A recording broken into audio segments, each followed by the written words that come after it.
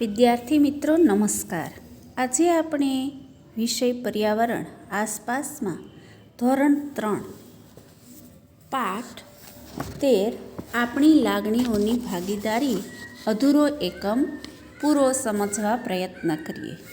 મિત્રો ચાલો બ્રેલ લિપિ વિશે જાણીએ.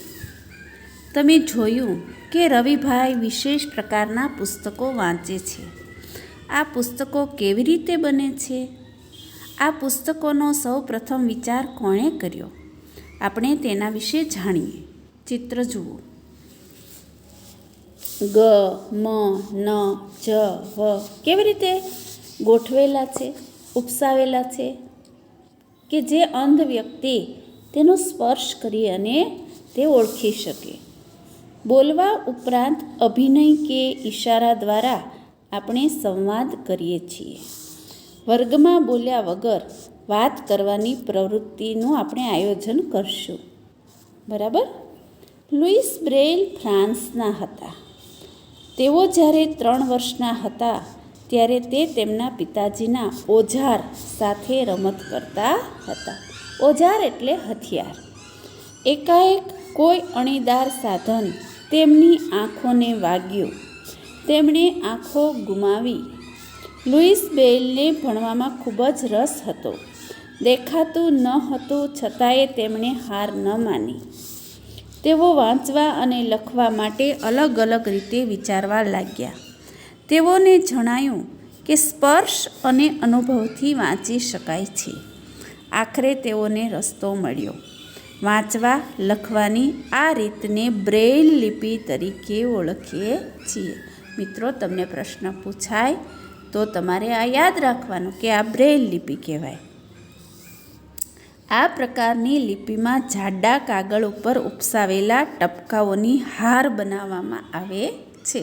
હાર એટલે લાઈન. તેના પર આંગળી ફેરવી વાંચી શકાય છે. આ લિપિ 6 ટપકાઓ પર આધારિત છે.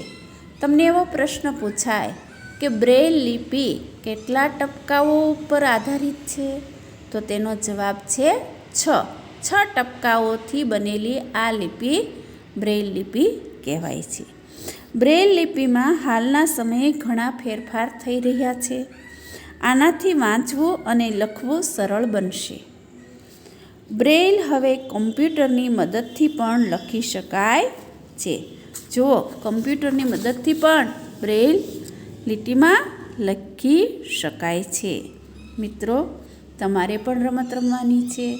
આંખે પાટા બાંધી કોઈ પણ વસ્તુને સ્પર્શ કરી અને તેને ઓળખવાની છે. પ્રયત્ન કરજો. આંખે પાટા બાંધી ચાલવાનો પ્રયત્ન કરજો.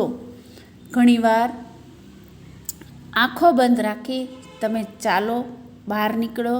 જુઓ કેવી મુશ્કેલી પડતી હોય છે અંધ વ્યક્તિને.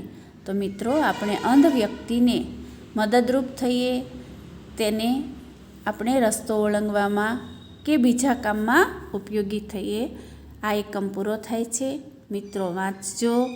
શાંતિથી આ પાઠ વાંચજો. 2 વાર વાંચજો. પ્રશ્નોના જવાબ તમારી નોટમાં લખજો. આવજો.